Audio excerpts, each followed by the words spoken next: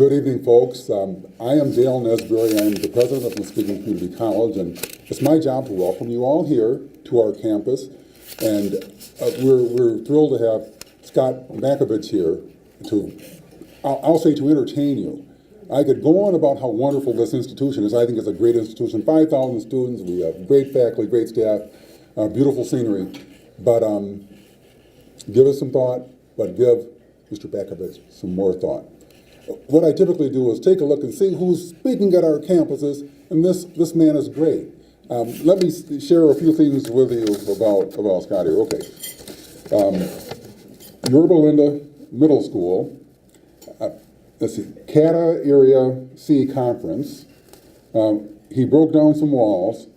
Warsaw, Ohio, Print 13 Conference, Chicago, Illinois.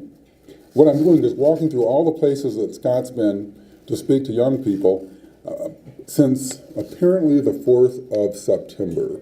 So the man gets around. Walnut Creek Intermediate School, Friday Night Live State Conference in Disneyland. And he stayed there. And then he decided he'd visit us here in Muskegon, I guess, or not Oak Ridge High School, Reese Puffer High School, where 40 years ago, what am I talking about, before I was this tall and whatnot, attended high school all those many years ago, and he's headed to, let's see, California again. And he has a day and a half break. So he's been busy. He's doing really great work. I can guarantee you that you'll be entertained. Ask him about Snapple, or ask him about regional sayings and whatnot. It's just great, interesting stuff. Very thoughtful man. But without further ado, Scott Backovitch. So like you said, my name is Scott Backovitch. I am from California. I'll be back tomorrow. You're reading a few of the places I've been in the past week and a half. I'm typically on the road about 25 days every single month, usually in a different state every single day. I think next week I will be in, 4 or 5 states at least. But primarily I travel and I speak to high school age students, occasionally middle school age students as well, about achieving success, about helping one another, and about serving themselves in their world. And so today, earlier, like you said, I spoke at a middle school and a high school here in the area. And while those were very fun and entertaining talks for those students, my goal here tonight is a little bit different, because I know that you guys have volunteered to take time out of your schedule to be here to help either your son, your daughter, or your loved ones. And so my goal here is not so much to make you laugh, well, I hope that's a byproduct of it, but more importantly, to give you guys some tips and some tools, maybe some strategies that I've learned in my course as a youth motivational speaker to kind of accomplish the goal of why we're here, and that's to help healthy students become successful students. I think regardless of what we talk about tonight, the primary goal is, again, creating successful students. And that's been my goal, and that's why I travel around. I'm 24. Usually when I come, the first question I get asked is, who am I and why do I look 17? And again, like I said, my name is Scott Backovitch. I am from California. Hopefully this thing works. There we go. Like I said, I'm a professional youth motivational speaker. I'm on the road about 25 days every single month. When I'm not on the road or on stage, I'm working for groups like NBC, MTV, CNN, helping them reach teens, essentially. Helping them reach teens, whether it's through new TV shows or whether it's through existing TV shows. For example, like Steve Harvey's show out in Chicago, which is a good buddy of mine. Am I really? Fantastic. So like I said, I do teen advice, team help stuff for groups like CNN, NBC, MTV. I got started speaking professionally when I was 17 years old. I've been on the road ever since. I'm 24 now.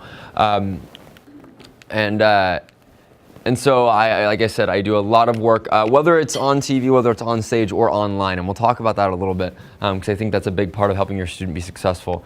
And then finally, I love cupcakes. That's as easy as it gets for me. And this is just having a really difficult time tonight. So I'll probably just reach back here. There we go. Yeah, the other question I often get is, what in the world you say to my kid today? Again, some of your students heard me today, some of them did not. Primarily, I focused on a few things today. The first was an understanding of a word, and that being catalyst. My goal for students today when I speak to them, and it's the same goal I have for any student that I speak to around the country, is to be a catalyst. Those of you who understand what the word means, being that person or that student, that leader, that friend in their community who chooses to change their norm and change their status quo. And our goal today is changing some of the norms based on some statistics that students in this area face. He had mentioned earlier about my bottle tops. I bring with me everywhere that I go a series of bottle tops. For for example, like Snapple facts, if you've ever gotten a Snapple and you open it and there's a fact on the bottom. And I like giving students some of the facts that might be a little bit more funny. Like, for example, for music lovers, Adele is Taylor Swift with actual real-life relationship experience. Just little tips like that that are totally true, just based on my observations.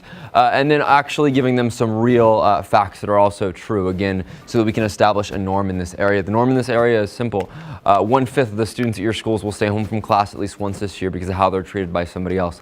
10% of guys won't live to make it past 50 because of the health-related decisions they choose to make before the age of 20. Over half the students will go through at least one divorce. 30% of them will put at least one innocent child through divorce. Only 1/3 of them will go to a 4-year institution, but of that 1/3, over 60% of that 1/3 will drop out by year 3 because they convince themselves it's too hard.